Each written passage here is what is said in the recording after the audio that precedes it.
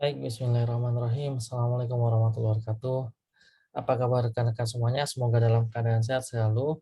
Perkenalkan, nama saya Uli Fatoniawan. Rekan-rekan bisa panggil saya Tony. Saya praktisi talent mapping. Yang kali ini saya berkesempatan untuk membahas atau memberikan feedback terhadap hasil talent mapping dan cerita dari seorang kawan ya. Sebut saja namanya Roma. Nah, ini ada ceritanya, teman-teman semuanya. Oke, mudah-mudahan bisa terlihat ya. Jadi namanya Roma, saya coba untuk bahas bakatnya ini dengan apa yang terjadi dalam kehidupan Roma gitu ya. Termasuk nanti mungkin pertanyaan-pertanyaan yang berkaitan dengan analisis dari apa yang dibutuhkan sebenarnya dari Roma ini. Jadi namanya Roma, pribadi yang alim dan tenang gitu ya. Alim dan tenang itu biasanya berhubungan dengan connectedness ya, bersifat holistik, kemudian semua itu percaya banget bahwa hidup itu ada yang mengatur, ada yang maha mengatur, ada kekuatan besar gitu ya. Nah, ini ya contentedness. Cermat mengurus dirinya dan apa saja yang menjadi tanggung jawabnya. Berarti cermat mengurus dirinya itu masuknya ke disiplin, masuknya ke fokus bisa, masuknya ke deliberatif juga memungkinkan gitu ya. Jadi termasuk mungkin bisa jadi dengan strategik gitu ya, yang berkaitan dengan dirinya gitu. Kemudian dan apa saja yang menjadi tanggung jawabnya itu ada di responsibility ya teman-teman semuanya, orang-orang yang suka yang terdorong untuk menuntaskan segala bentuk tugas yang dihadapinya. Ketekunannya dapat diandalkan, jelas ya. Kalau dilihat dari sini memang banyak sekali area think striving-nya ya, tekun bekerjanya di sini kelihatan sama sekali. Namun pertanyaan dan diamanai menjadi mengurus suatu proyek secara mandiri. Ia mampu menghadirkan gagasan karena ada bakat ideation-nya di nomor 13 ini, mampu menghadirkan gagasan dan strategi untuk memastikan amanah itu terlaksana. Ideation dan strateginya dan responsibility-nya. Tentang fokus biar tuntas gitu ya. Namun pertanyaannya, bagaimana jika suatu saat kelak karena ya adalah pribadi yang diandalkan, kepercayaan itu membawanya pada terus kemungkinan lebih besar gitu ya. Padahal jika suatu saat harus memimpin dan menggerakkan organisasi berisi puluhan atau orang atau bahkan 100 juta. Apakah Roma akan mampu memimpin? Apakah bakatnya cukup mendukung menjalankan tugas pemimpinan? Nah, kita berhenti sampai di sini dulu. Kita amati bakatnya. Seorang pemimpin ini identik dengan membutuhkan ketegasan, identik dengan bisa mengendalikan suasana, mengendalikan kondisi ya, mengendalikan tim gitu, memberikan instruksi-instruksi, dan itu terwujud dengan ekspresi bakat koman. Ya, kalau di bakat koman ini Mas Yusuf Romah, aduh saya keceplosan. Jadi Mas Romah ini ada di urutan 32. Tidak terlalu ini ya, teman-teman semuanya, tidak terlalu tinggi bahkan cenderung hitam gitu. Dan Arranger juga di urutan 18 gitu ya. Arranger ini orang yang bisa menata manajer lah.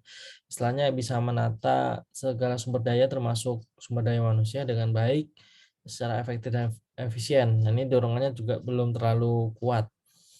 Kemudian seorang pemimpin biasanya punya visi gitu ya, visioner gitu.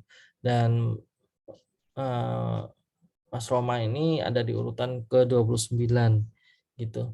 Kemudian selain itu Mas Roma juga punya achiever dan competition yang sama-sama rendah. Achiever eh, orang yang suka apa ya, terpacu terus untuk menciptakan sebuah pencapaian itu sehingga energinya tidak habis, stamina tidak habis. Nah, kalau achiever rendah berarti kemungkinan besar ya sebaliknya gitu ya, tidak ada secara alami tidak terpacu untuk menciptakan sebuah pencapaian-pencapaian yang baru dan meningkat setiap periodenya.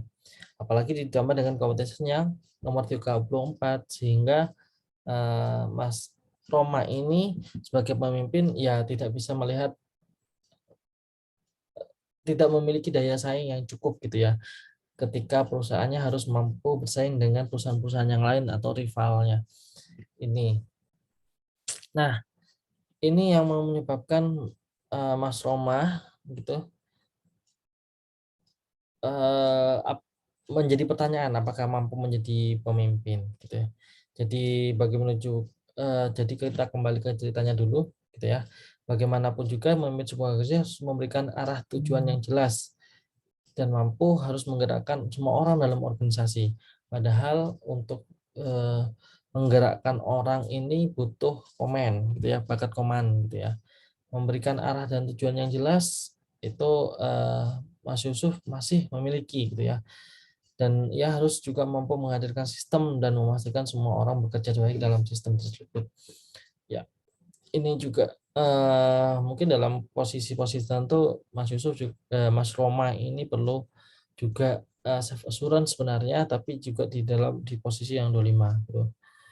Pada saat tertentu ya tak hindarkan harus mampu mengelola konflik yang ada di antara sekian banyak manusia dalam organisasi. Pribadi yang Roma ini pribadi yang tekun, namun tanpa didorong alami untuk mengaruhi dan mempengaruhi, mengatur dan mengenalkan orang, apakah mampu menjalankan amanahnya, gitu ya. Mampu menuntaskan tugas dan mencapai target, gitu. Namun tanpa visi determinasi ambisi, bagaimana ia menggerakkan orang, gitu ya. Oke, kita mulai mensiasati bagaimana jika Mas Roma ini tetap harus memimpin dan memang sudah diamanahkan kepemimpinan kepada dia gitu ya, maka kita perlu siasatin gitu. Jadi apa yang saya sebutkan lemah-lemah tadi maka perlu disiasatin. Salah satu cara mensiasatinya itu dengan cara menggunakan bakat-bakat kuatnya. Mas Roma tidak mampu untuk mengendalikan orang, tapi dia mampu untuk mempengaruhi orang dengan bakat communication-nya gitu ya. Mampu menciptakan pola-pola komunikasi sehingga orang lain itu tertarik dengan apa yang sedang dibicarakannya gitu. Meskipun ini butuh waktu yang sangat cukup lama untuk mengendalikan sebuah tim gitu ya. Gitu. Tapi ini dalam konteks Mas Yusuf, Mas Roma ini itu eh, sangat efektif gitu ya dengan pola-pola komunikasi yang baik. Ditambah Mas Roma memiliki fokus sehingga meskipun tidak ada arranger untuk mengefektifkan membuat semuanya sumber daya itu optimal gitu ya, dan tidak ada pencapaian-pencapaian gitu ya dengan Asifer tidak terdorong untuk mencapai segala sesuatu prestasi-prestasi mencapai kemajuan gitu ya. Tapi Mas Roma ini punya fokus gitu ya, punya fokus yang cukup tinggi sehingga membuat dia terpacu untuk tetap menuju tujuannya gitu ya. Gitu.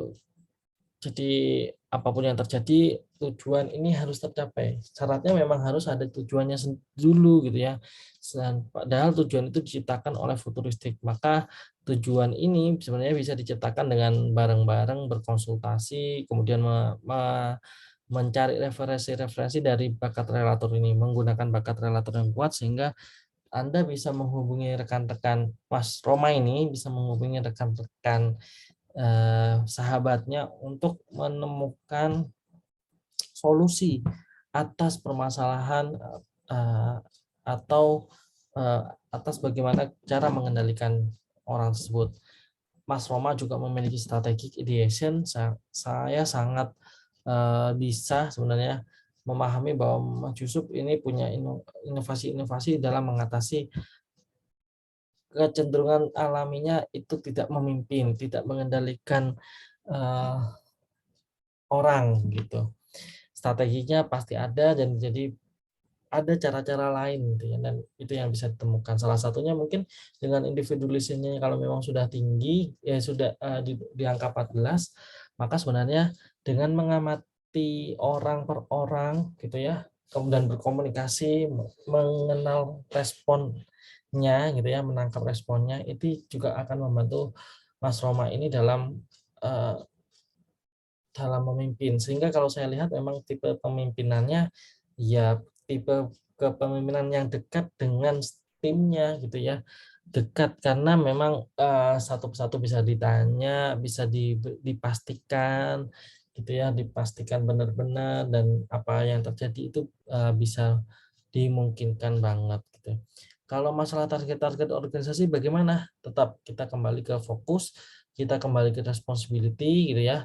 Jadi, kalau sudah ada komitmen dengan orang terhadap target-target organisasi ya, misalkan seperti itu, maka responsibility-nya bisa dipertanggungjawabkan, digunakan dengan optimal, fokusnya juga bisa digunakan dengan optimal, sehingga semua target ya juga tidak mau, tipikalnya adalah tidak mau mengerjakan lain hal kalau satu hal itu belum selesai.